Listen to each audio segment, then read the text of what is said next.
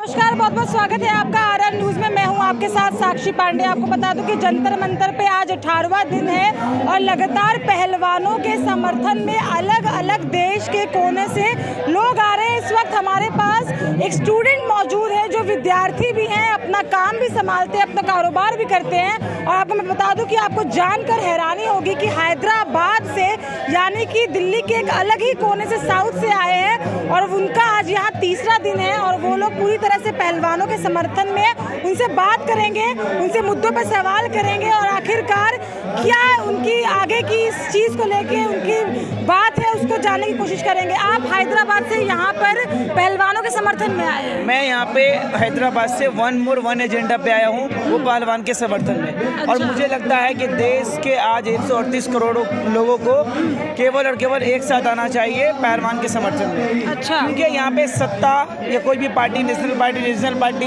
या कोई ऑर्गेनाइजेशन का मसला नहीं है। यहाँ पर जो बेटियाँ, जो हमारी बहनें इंटरनेशनल लेवल पर हमारे तिरंगे का नाम को बढ़ाती हैं, उनके साथ आज शोषण किया जा रहा है, उनको स्ट्रगल करना पड़ रहा है, उनके कदम को रोका जा रहा है। तो कहीं ना कहीं हम सबकी जिम्मेदारी बनती है बतौर एक सिटीजन, इंडिया सिटीजन, के हम आकर के यहाँ पे उनको समर्थन दें। और मैं आपके चैनल के माध्यम से उन बहनों को कहना चाहूँगा कि आप अपने हौसलों को तोड़ना मत, आपके साथ सारा हिंदुस्तान खड़ा है, आप लोग को इंसाफ मिलेगा। और ये बीजेपी के जो स्ट्रेटजी है, ये वन मोर वन। आप कह रहे हैं कि यहाँ पे समर्थन आप देने आए, लेकिन सवाल तो आखिरकार इन पे भी खड़े हो रहे हैं। अब लोग कह रहे हैं कि बृजभूषण शरण सिंह के ऊपर जो आरोप लगाए हैं, ना उनके खिलाफ कोई सबूत है, ना कोई उनके खिलाफ वीडियो है, तो किस तथ्य पे जांच एजेंसी जांच करें? जब सुप्रीम कोर्ट में एफआईआर हो गया तो दिल्ली पुलिस को उनको रिमांड पे लेना चाहिए ना। सिंपल समझिए ना आप, जो रूल ऑफ लॉ है, रूल ऑफ लॉ से देश चलेगा ना, ये तानाशाही से देश चलेगा। आप मॉब लिंचिंग का माहौल क्यों बना रहे हो? ये तो मॉब लिंचिंग हो गया कि आप ही कानून हो, आप ही सब कुछ हो। ये हिटलर शाही से देश नहीं चलेगी। दिस इज नॉट राजतंत्र, ये डेमोक्रेसी है। This is our country is democracy. ये लोकतांत्रिक देश है, यहाँ जुडिशियल इंडिपेंडेंट है, यहाँ पॉलिटिकल इंडिपेंडेंट है। ये जो जुडिशियल और पॉलिटिकल का रिलेशनशिप है, ये रिलेशनशिप आज कॉमन आदमी को मार रहा है और ये लॉ एंड ऑर्डर को मार रहा है। ये मॉब लिंचिंग का माहौल बन रहा है। बृजभूषण शरण सिंह तो कह रहे हैं कि मैं कोई आरोपी नहीं हूँ, मैंने कोई गलत काम नहीं किया, तो मैं क्यों ये सत्ता का पावर है कि अभी तक उनको पुलिस ने रिमांड पे नहीं लिया। लेकिन सत्ता के पावर में तो जनता ने ही भेजा है, जनता ने ही वोट दिया है।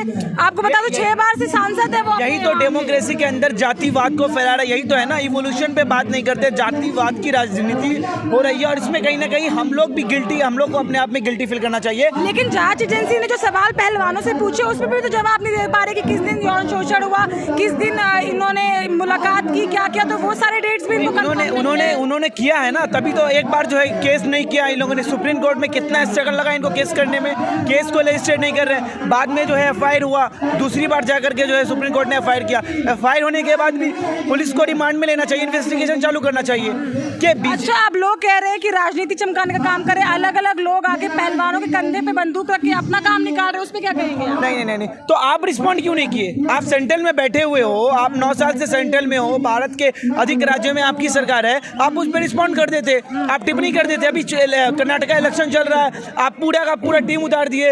यूपी के सीएम हो या असम के सीएम हो, प्रधानमंत्री जी हो, जेपी नड्डा जी हो, शाह जी हो, जितने जो है नेता हैं सेंट्रल के, बीजेपी के सारे नेता उतर गए। यहाँ पे क्या बोले थे स्मृति ईरानी कि आपकी अदालत में स्मृति ईरानी क्या कहा था राजा शर्मा को कि भारत के अंदर किसी बेटी के साथ भी गलत होगा तो ये बहन उसके साथ जाएगी। आज कहाँ है स्मृति ईरानी? आज सत्ता के अहंकार में कहाँ है वो? उनको आना चाहिए ना। ये केवल और केवल ये पार्टी नफरत फैलाने का काम करती है। और जो आपने कहा कि जनता ने उनको इलेक्ट किया है, तो राजनीति के अंदर 2+2=5 होता है। आपको समझ में आना चाहिए कि कोई भी जो एमपी इंडिविजुअल तरीके से आप उनका रिजल्ट देखिएगा तो 30% पे इलेक्ट होते हैं। अच्छा 2014 में 31% वोट ओनली मोदी को पड़ा था, 69% वोट जो पड़ा था, इलेक्शन कमीशन का डेटा बता रहा हूँ मैं, वो एंटी मोदी पड़ा था।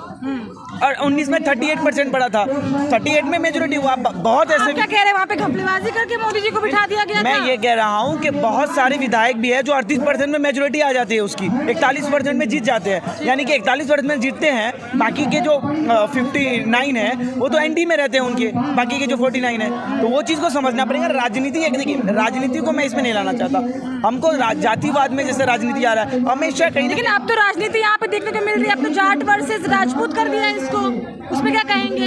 ये लोग कह रहे हैं कि सिर्फ हरियाणा के लोगों को आगे बढ़ाया जाए, हरियाणा के जाट समुदाय के लोग ही आगे बढ़े, वही लोग मेडल लाए, बाकी स्टेट्स के लोगों को क्यों नहीं, चेन्नई के बाकी स्टेट्स के लोगों को क्यों स्ट्रगल करेगा वो मेडल पाएगा, सबको अपॉर्चुनिटी मिलती है ना, ये तो डेमोक्रेसी है, जो स्ट्रगल करेगा वो मेडल लाएगा। अगर हरियाणा की बेटी मेहनत करना जानती है तो उनको मेडल मिलना चाहिए, उनका हक उनको मिलना चाहिए, ये सिंपल बात है ना, इसमें क्या करना। ये तो वो तो वर्सेस की जो बात कही आपने, जाट वर्सेस, ये वो उनको वही करना आता है, उसके अलावा उनको आता है क्या है, उसके अलावा उनको कुछ आता ही नहीं है, वो सिर्फ जातिवादी तो करते हैं। अभी गए वहाँ बजरंग दल, वहाँ गए राम क्या बाकी पार्टी वाले ऐसा नहीं करते? अखिलेश यादव के टाइम पे भी ये था, मायावती को देख लीजिए, चाहे ममता बनर्जी को देख लीजिए, क्या बाकी लोग ध्रुवीकरण की राजनीति नहीं करते? तो ध्रुवीकरण की राजनीति से जब हम सारे जनता, जब भारत के 138 करोड़ जनता जब इकट्ठा हो जाएगी तभी तो जातिवाद खत्म होगा ना। हम लोग जब एक्टिव होंगे तो, हम लोग एक्टिव नहीं है, यही तो सबसे बड़ा रीजन है ना, यही तो। और आज जो नुकसान हो रहा है वो किसको हो रहा है? एमएलए के बेटे, एमएलए के बच्चे तो पढ़ रहे हैं, एमपी के बच्चे तो पढ़ रहे हैं, नुकसान सिर्फ हो रहा है कॉमन आदमी को। आज लॉ एंड ऑर्डर का बस से बदतर हालत है, जो गरीब तबके के लोग, कॉमन आदमी आके प्रोटेस्ट करे, कॉमन आदमी माइनॉरिटी पे बात होना चाहिए ना। ओबीसी से आते हैं प्रधानमंत्री जी, ओबीसी के लिए उन्होंने क्या किया, माइनॉरिटी के लिए उन्होंने क्या किया, माइनॉरिटी की कितनी अल्पसंख्यक के स्कूल हमारे देश में उन्होंने नेशनल लेवल पर बनाने का काम किया, पढ़ाई को कितना मोडलाइज किया। अभी आप कह रहे थे कि हमें इसे जात में और बिरादरी में नहीं बांटना चाहिए, फिर अब आप माइनॉरिटी की बात कर रहे हैं। भाई अल्पसंख्यक को जो रिजर्वेशन मिला है कॉन्स्टिट्यूशन को आप नहीं मानेंगे क्या?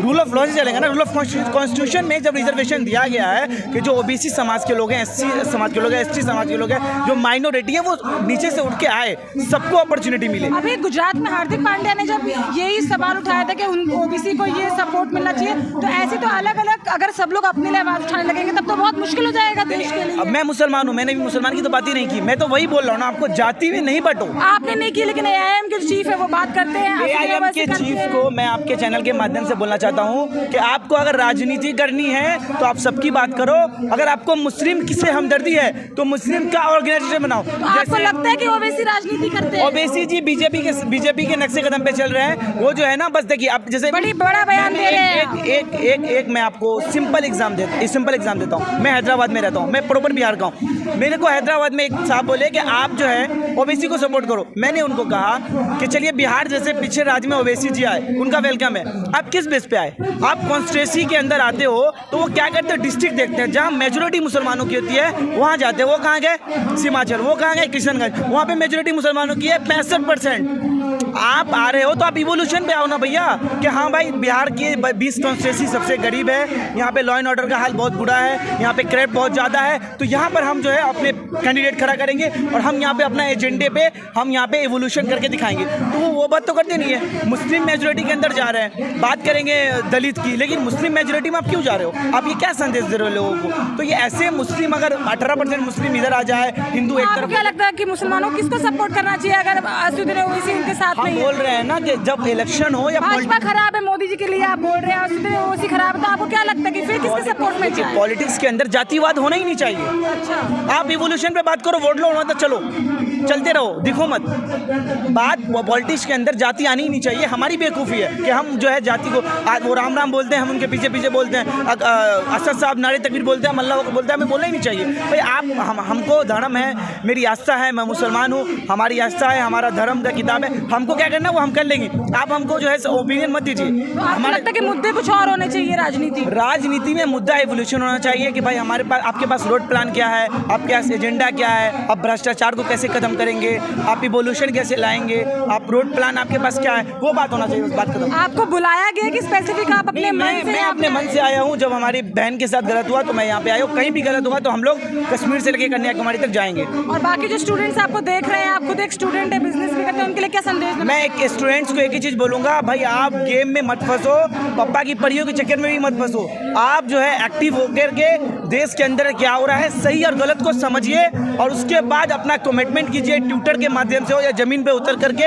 आप लड़ने का काम। लड़कों के लिए आपने कहते हैं पापा की परियों पे मत फंसो, तो लड़कियों के लिए आप क्या कहेंगे? लड़कियों के लिए भी यही कहूँगा कि आप जो है, जैसे मैं खास तौर पे ओबीसी लड़की लेके कहूँगा, जो रूरल इलाके की लड़कियाँ हैं, जो पढ़ना चाहती हैं, आगे बढ़ना चाहती है, उनको पैरामेडिकल कोर्स हो या MBBS कोर्स वो नहीं कर पाती है। बड़े घर की लड़की तो कर लेती है, उनको कहीं ना कहीं फ्रीडम मिलता है, लेकिन जो गरीब तबके की लड़कियां हैं जो अपने टाइम को बर्बाद करती हैं, जिनके अंदर स्ट्रगल करने की। आपने अभी कहा था कि ये मेहनत कर रही है तो मेडल लाने का हक इनको है, तो जो लोग मेहनत करते हैं वही तो MBBS निकालते, चाहे वो गरीब हो चाहे वो अमीर हो। नहीं, वो तो बोल रहा हूँ ना, अच्छी बात है जो निकाल रहे हैं, लेकिन गरीब तबके की लड़की को मैं बोलना चाहूँगा कि आप लोग भी कोई ना कोई ऑर्गेनाइजेशन का सपोर्ट लो, आप लोग भी अपने कदम को बढ़ाओ, फालतू चीज़ों में मत फंसो।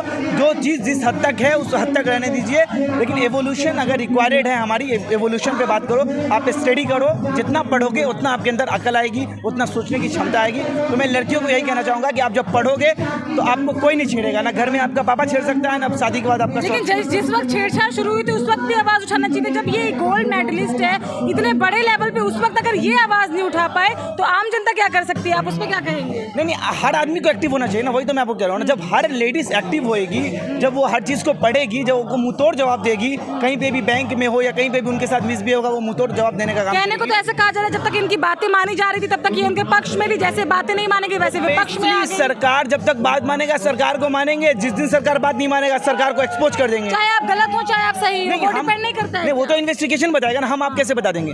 वो तो इन्वेस्टिगेशन तो हो ही रही है, उसमें तो ये सवाल का जवाब नहीं दे पा रहे कि किस दिन तारीख हो। तो अब वो इन्वेस्टिगेशन कब आई, इन्वेस्टिगेशन रिपोर्ट दे दिल्ली सरकार। लोगों का तो ये कहना है कि इस जांच कमेटी में जो लोग बिठाए गए वो भी भाजपा के, तो ईडी पे सवाल खड़े हो जाते हैं। तो भाजपा ने यही तो किया है ना, हर जगह RSS वाले को बैठा दिया है। अच्छा। हर जगह जो अभी देख लो, मनीष सिसोदिया का जो ये हुआ था, बार बार बोला जज को बात की नहीं मानेंगे, बार बार वकील चेंज कर रहे हैं, जज चेंज कर रहे हैं। इनके सरकार गुजरात में देख लीजिए, हर दो दिन पे मुख्यमंत्री बदल रहे हैं, उत्तराखंड में मुख्यमंत्री बदल रहे हैं। इनका यही तो काम है, सरकार चलने देना थोड़ी ना काम है, बस छेड़छाड़ करो, इसको उधर करो, उसको मंत्री बनाओ, उसको ये बनाओ। व्हाट इज दिस भाई? एक बार सरकार बन गई, उसको भंग क्यों कर रहे हो आप? ठीक है, ये हमारे साथ मौजूद थे, हैदराबाद से स्टूडेंट चल के आए थे, जिन्होंने ये कहा कि किसी को भी अगर वोट देना चाहिए तो इवोल्यूशन के तौर पे देना चाहिए, ना कि वहाँ पे राजनीति करनी चाहिए। ऐसे देखते रहिए RN न्यूज़। बहुत बहुत धन्यवाद।